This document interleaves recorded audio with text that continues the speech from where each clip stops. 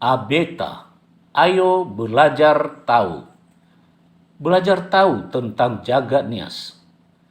Sebelum Anda menonton penuh video ini, jangan lupa mendukung channel ini dengan menekan tombol subscribe, like, dan menulis komentar Anda.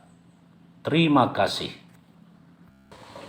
Bersama saya, Nata Alwi Duha. Pada kesempatan kali ini, saya akan berbagi cerita tentang leluhur kita dan juga Kijang Putih. Haberna, gosa fusi, baya ya. Itulah sepenggal dari syair Hoho yang dinyanyikan di Nia Selatan. Katanya gara-gara Kijang Putih haberna gosa fusi, maka leluhur kita dulu yang mendiami satu wilayah di beberapa tempat, kemudian mereka terpencar.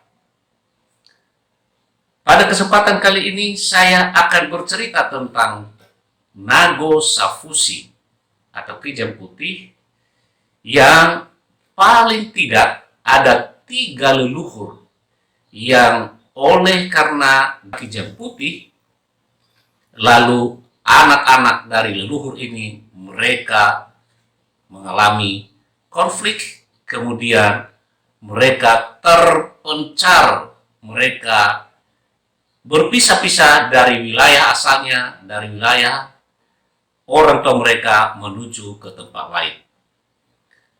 Pada kesempatan kali ini saya akan bercerita tentang bagaimana cerita Kijang Putih di Telamaera dan hubungannya dengan perpisahan anak-anak dari leluhur kita bernama Gea yang dulunya leluhur yang utama mereka adalah Daeli.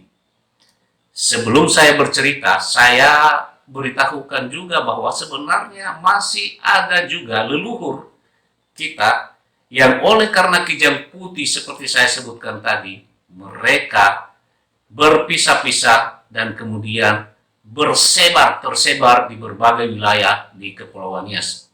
Yang pertama yaitu Sadawa Mele. Sadawa Mele yang punya putra 10. Sadawa Mele itu keturunan dari Hiak. Katanya ketika mereka berada di Gomo dan kemudian ayah mereka Sadawa Mele menyuruh mereka untuk berburu kijang ajaib yang putih.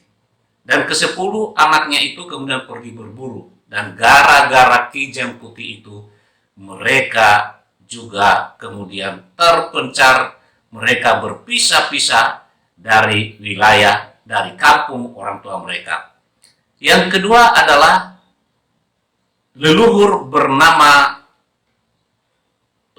Tohonawana itu yang dikenal di Tedu Dalam, yang juga disebut dengan Tohalawa.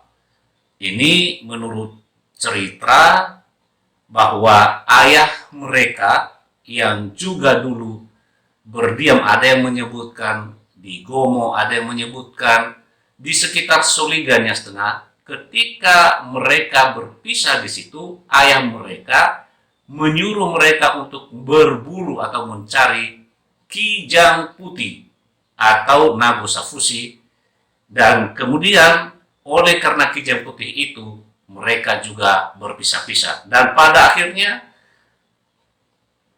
Tohalawa sampai di daerah Tebu Dalam, di daerah Mainamele, dan sekarang keturunannya bermarga Dahi. Dia diangkat menjadi bangsawan di sana.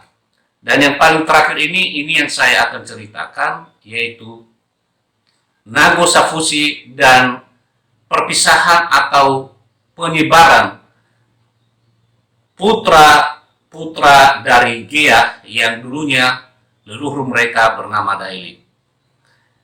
Nah, bagaimana ceritanya? Mari ikuti cerita saya dan semoga cerita ini dapat menambah wawasan kita. Walaupun berbagai versi, saya menyajikan versi ini tidak berarti versi cerita yang lain salah. Tapi versi ini adalah salah satu versi yang ditulis dalam buku yang diterbitkan oleh Yayasan Pusaka Nias Daeli Sanau Talinga.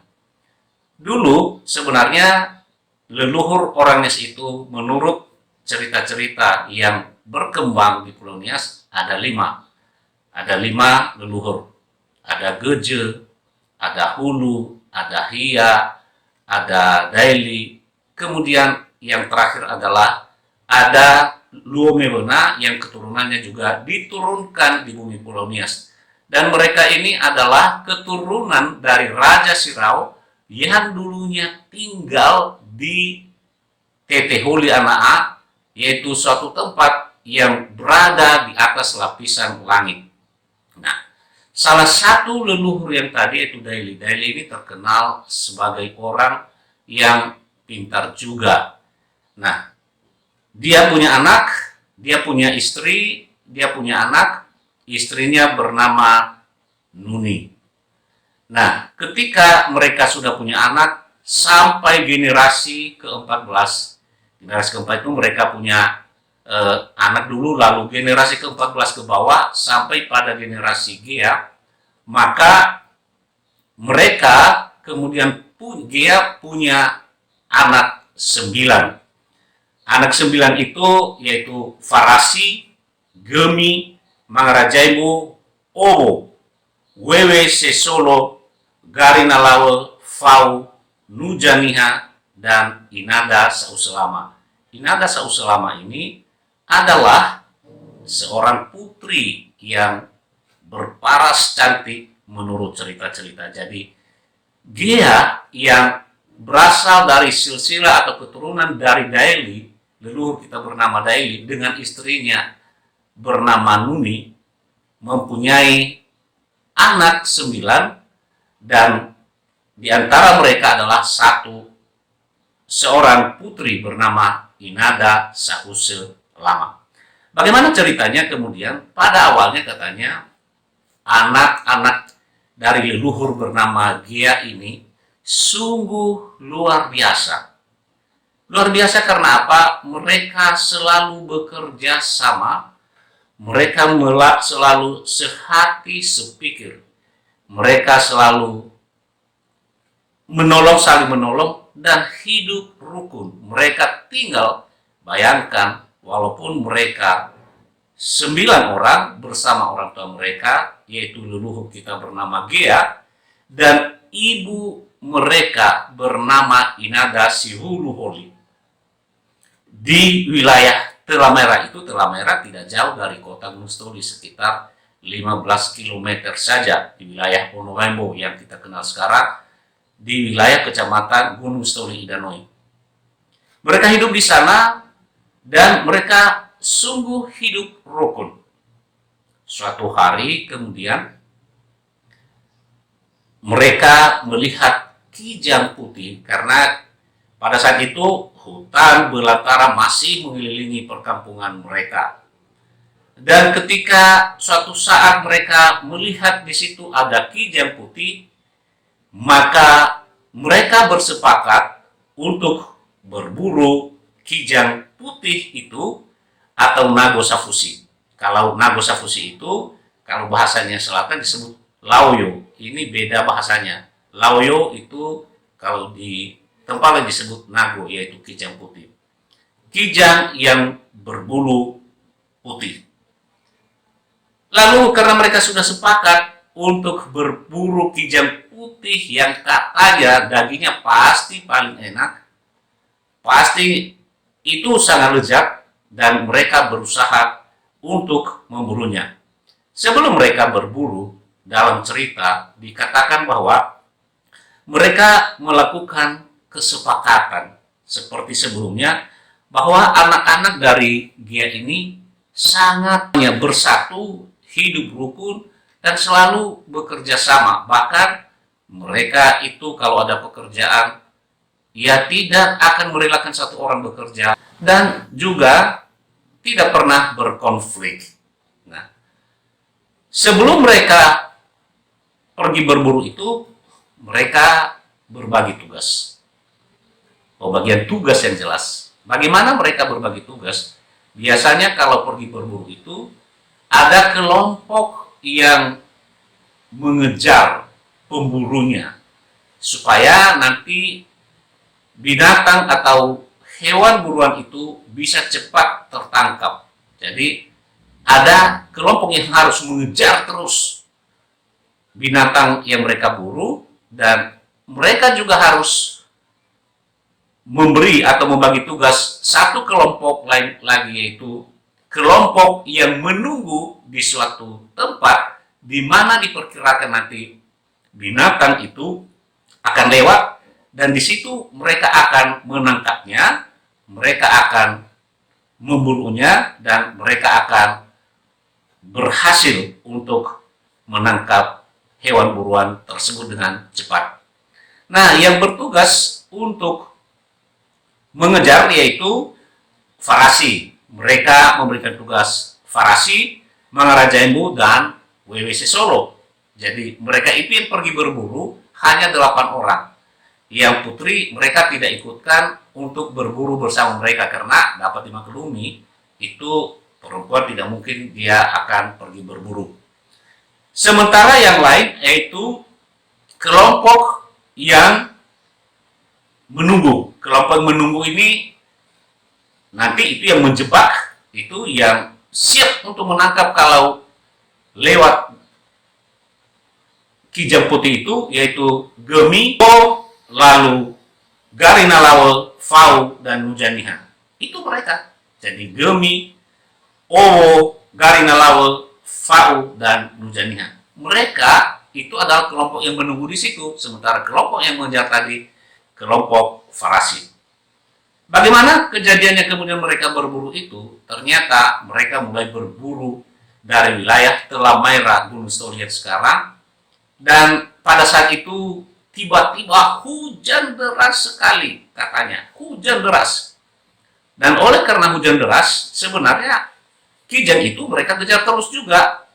Kelompok yang lain tadi kemudian karena namanya Kijang, mereka buru terus, mereka berburu, mereka mengejar target yaitu hewan buruan itu Kijang Putih, Nago Sapusi, sampai jauh sekali. Jadi kelompok farasi, Mangaraja Embu, dan WWC Solo mereka terus mengejar Kijang Putih, dan mereka melewati Sungai Idanoi yang kita masih juga tahu sekarang ini. Dan karena hujan deras sekali, rupanya banjir. Tetapi Kijang dan kelompok pemburu, yaitu kelompok dari farasi tadi, sudah melewati sungai dan mengejar Kijang Putih tersebut. Sementara kelompok yang lain tertinggal di seberang sungai. Singkat cerita, katanya karena mereka sudah mengejar terus Kijang Putih itu, kelompok farasi, Mangaraja Embu, dan WWC Solo begitu gencar, begitu kuat untuk mengejar Kijang Putih itu, dan ternyata pada akhirnya Kijang Putih itu merasa lelah, tosehe, katanya tosehe. Dan ketika Kijang Putih itu, Nago Sapusi itu mulai tosehe, pada kesempatan itulah mereka menangkap Kijang Putih tersebut. Mereka berhasil, dan tentu mereka sangat gembira sekali karena berhasil menangkap Kijang Putih yang selama ini mereka incar terus. Tadi sebelum mereka berangkat, mereka sudah sepakat untuk pembagian tugas. Satu lagi, pembagian tugas sebelum mereka berangkat, ada 2 yang mereka lakukan sebelum berangkat tadi. Pertama, pembagian tugas yaitu Sifataro, kelompok yang menunggu, dan kelompok yang berburu, yang mengejar. Satu lagi, ada kesepakatan mereka sebelumnya, sebelum berangkat untuk berburu, sebelum memulai untuk berburu. Apa kesepakatan mereka? Di antara anak-anak atau putra dari leluhur bernama Gia ini, keturunan dari leluhur kita bernama Deli. Kesepakatan mereka atau perjanjian di antara mereka adalah jika kita menangkap kijang putih ini, entah kelompok pemburu, entah kelompok penunggu Sifataro dan Solohi, jangan ada yang memotong, tidak boleh dipotong sebelum semuanya saudara mereka hadir. Jadi mereka harus hadir dulu. Kalau sudah ditangkap, entah seseorang yang menangkap, entah kelompok yang dua kelompok tadi, salah satu kelompok yang menangkap, tidak boleh dipotong tanpa kehadiran mereka semua. Jadi mereka harus hadir semua. Itu kesepakatan dari awal. Dan ternyata mereka masih ingat itu sampai mereka berhasil menangkap kijang putih itu. Tapi kemudian karena siang dan hujan terus-menerus, banjir, kelompok Gemi yang masih tidak bisa menyeberang sungai itu, sungai Danoi, mereka tidak bisa ketemu. Mereka tidak bisa sampai di tempat saudara mereka yang telah berhasil menangkap kijang putih itu. Jadi yang berhasil menangkap kijang putih adalah kelompok dari Farasi, Maharaja Embu, dan Wewese Solo. Mereka adalah kelompok pengejar. Nah, karena mereka sudah terlalu lama menunggu para kelompok yang berhasil menangkap kijang putih ini, ceritanya ya mereka sudah mulai berbisik satu sama yang lain. Wah, bagaimana nih? Apakah kita potong saja kijang putih ini atau kita tunggu saudara-saudara kita yang lain? Satu sama lain saling bertanya. Ya, bagaimana mereka harus bertindak? Lalu ada yang lain, kalau kita potong, kan kita sudah berjanji bahwa kita tidak boleh memotong kijang putih hasil buruan kita kalau kita semua belum hadir. Lalu ada juga mengatakan, wah, ini sudah siang, bahkan sudah sore, bagaimana kita menunggu-nunggu saudara kita yang lain? Toh kita nanti kalau kita bagi, kita akan bagi rata, dan kemudian kita akan bawa juga ke rumah bersama-sama dan kita masak bersama di sana. Nah, itu sudah kebiasaan dulu. Kalau ada sesuatu mereka bagi bersama dulu, itu supaya mereka merasa bahwa dihargai.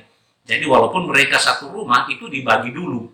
Nah, ternyata itu mereka praktekkan dalam kehidupan mereka, walaupun mereka masih berada dalam satu rumah bersama dengan orang tua mereka.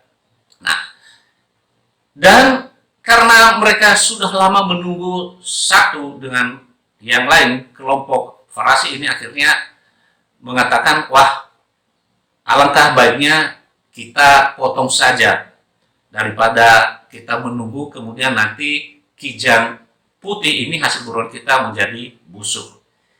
Nah, lalu ada yang mengatakan, baiklah kalau begitu, ya nanti kita bagi rata, jangan kita makan, jangan kita kurangi, semua kita bagi rata, jangan ada yang kurang porsi dari saudara-saudara kita yang lain.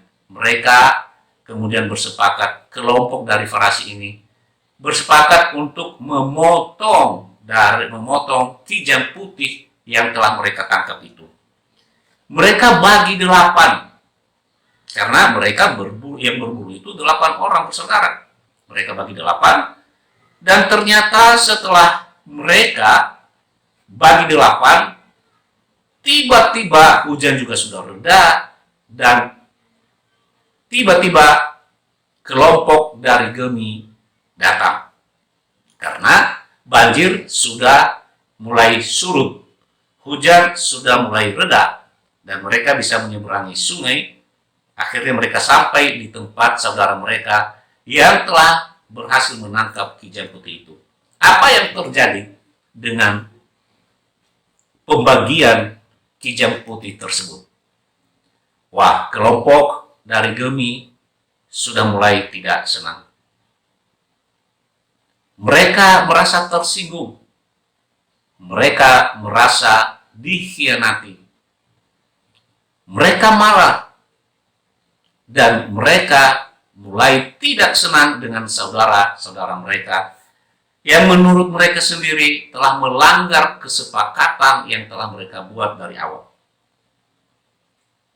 Nah, kelompok Gemi ini bertanya kepada mereka, kenapa bisa terjadi demikian? Apakah sudah berhasil berburu atau tidak? Mereka jelaskan, kita sudah berhasil berburu ini, kita sudah berhasil menangkap. Lalu katanya kalau berhasil, mengapa kalau kita, kenapa tidak menunggu kami untuk memotongnya?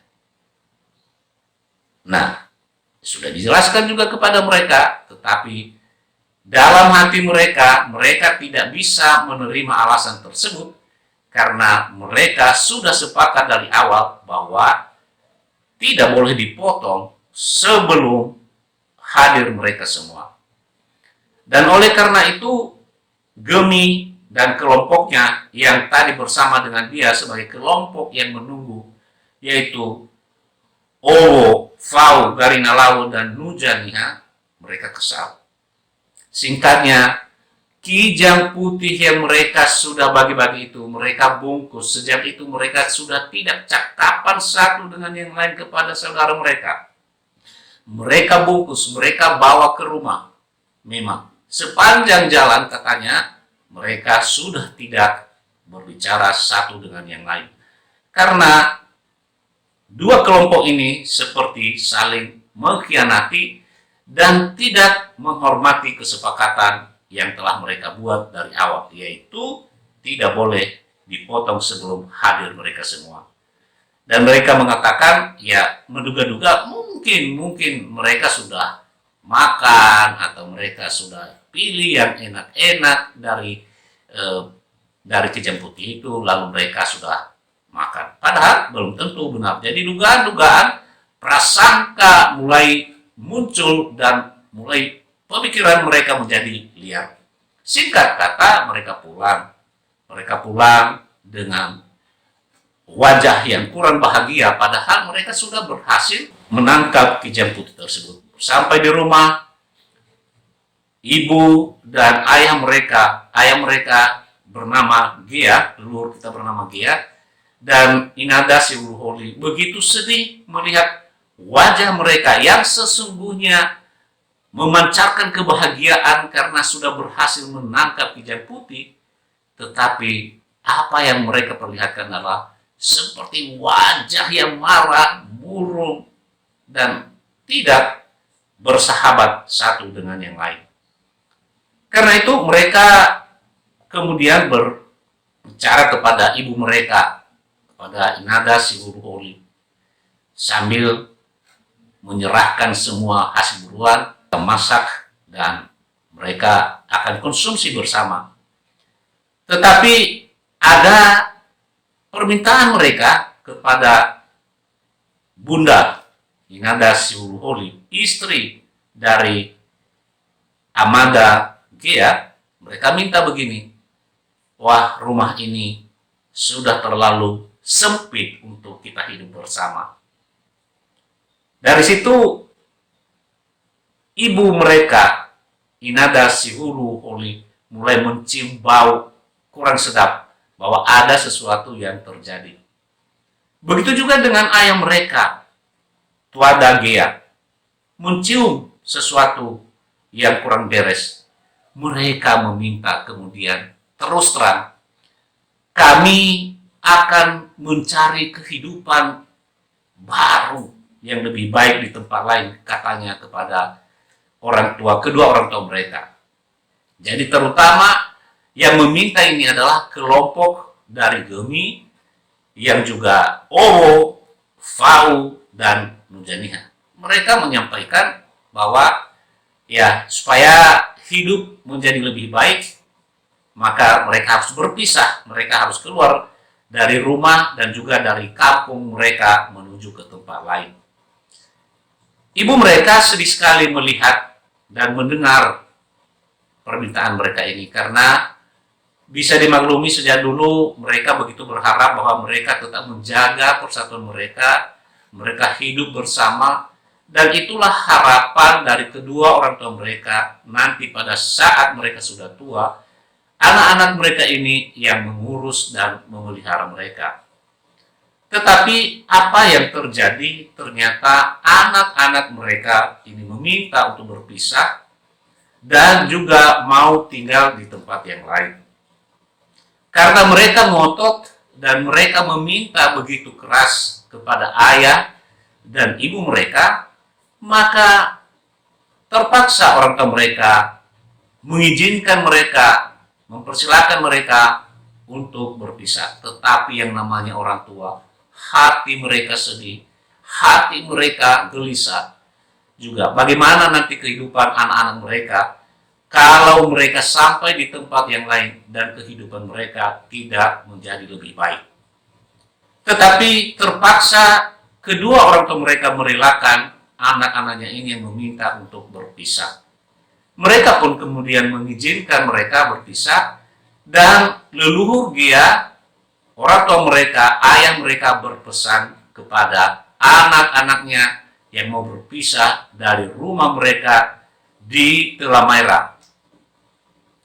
Mereka berpesan, ayah mereka berpesan kepada anak-anak mereka, baiklah kalau begitu, kalian bisa pergi mencari hidup yang lebih baik seperti diharapkan. Kami merestui dan mengizinkan kalian, tetapi ada satu titah yang perlu kalian lakukan, yaitu ambillah air dari sungai Idano itu, isilah dalam satu botol. Ini katanya satu botol, ada juga yang mengatakan bahwa pada ruas bambu, isi pada satu ruas bambu, dan di mana nanti kalian melewati air sungai, kalian mengambil, mengisi lagi dengan ruas bambu yang sama, dengan botol yang sama, dan menakarnya, menimbangnya. Kalau berat dari air itu yang kalian lewati yang baru sama dengan berat air yang kalian sudah bawa dari Idanoi, dari Telamaira ini, maka itulah tanda bahwa wilayah itu, daerah itu, kalian bisa tinggal karena di situ akan memberikan kehidupan yang lebih baik. Dan kemudian mereka berangkat di situ, dari situ. Pertama-tama mereka tidak terlalu jauh lah berangkat dari situ, karena ya namanya mereka secara perlahan. Dan mereka yang tadinya kelompok dari Gemi ini berangkat berpisah-pisah dan tidak menuju satu tempat. Pertama itu yang Gemi tadi, dia pergi. Di mana dia tuju, di mana arahnya? Dia menuju ke wilayah barat dari Pulau Nias ini. Di sana dia menemukan, dia melewati satu sungai. Kemudian di sungai itu dia timbang seperti diperintahkan, seperti dinasihati, dipesankan oleh ayah mereka, Amanda atau Tua Dagia, dan dia timbang di situ. Lalu sungai yang dia sudah sampai di Nias bagian barat ini, dia lewat sungai itu dan kemudian dia menamai sungai itu Idane Lahemi. Idane Lahemi. Sebenarnya dia menyebutkan, dia memberikan nama sungai itu Idane Gemi. Tapi lama-lama nama dari Idane Gemi itu, karena dia bernama Gemi, maka berubah menjadi Idane Lahemi. Dan itulah yang sekarang menjadi wilayah Lahemi. Ada sungai dan mereka sebut Idane Lahemi di Nias Barat. Nah, sementara wilayah yang didiaminya, karena dia sampai, dia tidak mungkin tinggal di sungai, tapi wilayah yang kemudian yang di mana dia tinggal, wilayah baru itu, di sana dia berikan nama Ono Waimbo Lahemi. Kenapa ono Waimbo Lahemi? Karena daerah nama perkampungan asal mereka yaitu dari ono Waimbo di sini dan digabung dengan kemudian wilayah yang baru itu Lahemi yang tadi dari nama Gemi. Jadi ono Waimbo Lahemi. Dia masih ingat perkampungan dari ono Waimbo, di mana kampung asal mereka. Kemudian kerinduan itu dia juga menggunakan nama itu dengan kampung di mana dia tinggal dan keturunannya hingga saat ini. Nah, sampai di sana leluhur Gemi ini kemudian keturunannya tidak lagi menggunakan marga Gea. Tadi orang tua mereka atau ayah mereka bernama Gea. Keturunannya di Nias Barat tidak lagi menggunakan marga Gea, melainkan di sana mereka menggunakan marga Daili, dan itulah semua marga Daili yang ada di Nias Barat hingga saat ini. Ini dapat dimaklumi karena ayahnya bernama Gea. Kalau kita lihat tadi konflik ada, bisa jadi mereka kembali mendapatkan agar mereka dianggap lebih tinggi. Jadi mereka menggunakan marga, ketika marga dinya sudah mulai digunakan, maka mereka menggunakan marga Daili. Bagaimana dengan anak-anak Gea yang lain? Nah, begitu juga dengan yang lain. Katanya, Owo, ada yang mengatakan Owo itu kemudian dia naik perahu. Dia naik perahu lalu menuju Sumatera. Ini ada dua versi, ada yang Sumatera, ada yang mengatakan Sumatera Barat. Tetapi singkatnya atau dari cerita-cerita yang hidup di Tela Merah atau Ono Waimbo dikatakan dia menuju seberang. Bagaimana dengan Garina Lawu? Garina Lawu itu kemudian katanya dari Ono Waimbo, dari wilayah Tela Merah itu dia kemudian pergi menuju wilayah bagian selatan. Kalau kita lihat misalnya sekarang juga ada wilayah Nalawu di dekat Teluk Dalam, wilayah Teluk Dalam atau dekat Lahusa. Dan katanya dia menuju ke sana. Dia hidup di sana dan kemudian keturunannya ada hingga saat ini. Nah, begitu juga dengan Fau. Fau ini ada yang mengatakan ada Fau, ada yang mengatakan Fao, ya, lebih banyak dikatakan Fau. Nah, ada yang mengatakan dari berbagai versi dikatakan bahwa dia ini menuju ke wilayah selatan. Nah, menuju wilayah selatan, wilayah yang dekat di Teluk Dalam. Tapi ada yang mengatakan juga bahwa dia tidak menuju ke selatan. Fau tidak menuju ke selatan, tetapi dia menuju ke Nias bagian utara, ke wilayah sekitar Lafau, dan itulah kemudian wilayah yang dia diami. Nah, begitu juga dengan Nuja Niha. Nuja Niha dia menuju ke bagian utara juga di wilayah Nujamanu, katanya dulu wilayah Renderua, dan dia kemudian tinggal di situ dan keturunannya sampai sekarang ini ada di sana. Mereka ini ada yang menggunakan macam-macam marga. Jadi ada yang masih menggunakan marga Gea, ada yang menggunakan marga Lafau, ada yang menggunakan marga dengan nama yang lain. Jadi itulah kemudian mereka berpencar di seluruh wilayah di Pulau Nias, dan keturunan mereka hampir ada di seluruh Pulau Nias ini. Itu keturunan dari Gea tadi yang berasal dari keturunan leluhur kita bernama Daili dengan istrinya Inada Nuni. Nah, yang menarik dari cerita Nago Safusi atau Kijang Putih dan leluhur kita keturunan Daili atau keturunan leluhur kita bernama Gea ini adalah bagaimana mereka berpisah-pisah.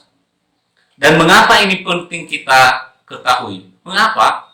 Karena sering sekali kita tidak tahu lagi siapa saudara-saudara mereka. Siapa? Apakah saudara-saudara dari anak dari dia ini? Nah, yang patut lagi diketahui adalah dari putri atau anak perempuan dari dia tadi, Inada Sauselama. Nah, Inada Sauselama ini kemudian dari keturunannya, karena dia kawin dengan Amadaho. Jadi ketika dia kawin dengan Tuadaho, dia kemudian punya anak dari Amadaho, Amada Lauya Anaa, dan Amada Lauya Anaa ini kemudian punya anak. Anak mereka kemudian menghasilkan marga-marga atau keturunan rumpun besar di Pulau Nias ini. Luar biasa. Jadi dari keturunan Tuadaho dengan Inada Sauselama kemudian menghasilkan keturunan yang banyak, dan itulah kemudian marga-marga atau rumpun yang kita ketahui, yang kita jumpai di Pulau Nias sekarang ini. Mulai dari Luhu Toli itu dengan marga Harefa, Luhu Banua itu marga Tilam Banua, Luhu Hada itu marga Mendeva, Luhu Lase marga Lase, Luhu Baine, Luhu Jenrate, Luhu Manu, Luhu Fahe, dan Ono Luhu Bongi itu marga Lauli. Nah, itu banyak sekali marga-marga kemudian rumpun yang turun dari keturunan Tuadaho dengan Aweda Sauselama. Ini perlu kita ketahui garis keturunan, karena sesungguhnya kemudian kita mengetahui, oh ada hubungan persaudaraan antara Inada Sauselama dengan yang tadi saudaranya yang ke-8, dan ini patut diketahui bagaimana silsilah mereka. Tentu tidak akan ditutur di sini, tetapi sepintas saya katakan bahwa mereka adalah keturunan dari Tuada Daili, yang sekarang lagi ada Ouloa Ngautu Daili yang lagi baru dibentuk. Dan saya pikir ini perlu kita dengarkan cerita ini, walaupun menurut saya pasti ada yang mungkin melenceng, dan tidak berarti bahwa cerita-cerita yang lain juga salah. Ini cerita yang saya tahu dan saya bagikan kepada kita supaya menambah wawasan dan pengetahuan kita tentang leluhur kita, sejarah dan penyebaran para leluhur kita. Nah, yang lain tadi saya katakan anak-anak dari dia yang lain, ada yang tinggal seperti Farasi, tinggal di wilayah Onowaibo masih sampai sekarang. Lalu Marajaibu juga sekitar Onowaibo walaupun juga berpencar. Dan Wewe Sesolo katanya kemudian dia mendiami Hiligogowaya atau Biouti. Ini banyak sekali cerita-cerita tentang leluhur kita yang berkaitan dengan Kijang Putih Habere Nagu Safusi. Tadi sudah saya katakan, yaitu putra dari leluhur kita bernama Gia. Mereka berpisah karena Kijang Putih. Lalu putra-putra dari Amada Sadawa Mele, mereka juga berpisah dari Gomo, kemudian gara-gara Kijang Putih. Dan pada bagian yang lain nanti pasti kita akan dengarkan cerita-cerita yang menarik soal leluhur kita.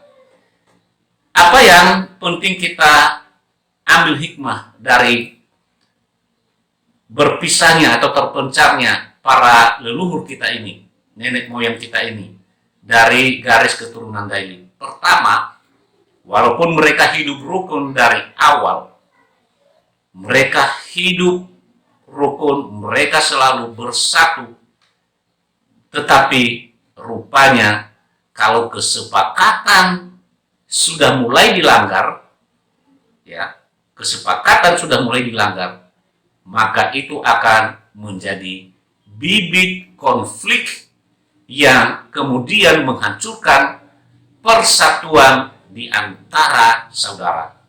Jadi, janganlah sekali melanggar kesepakatan yang telah dibuat.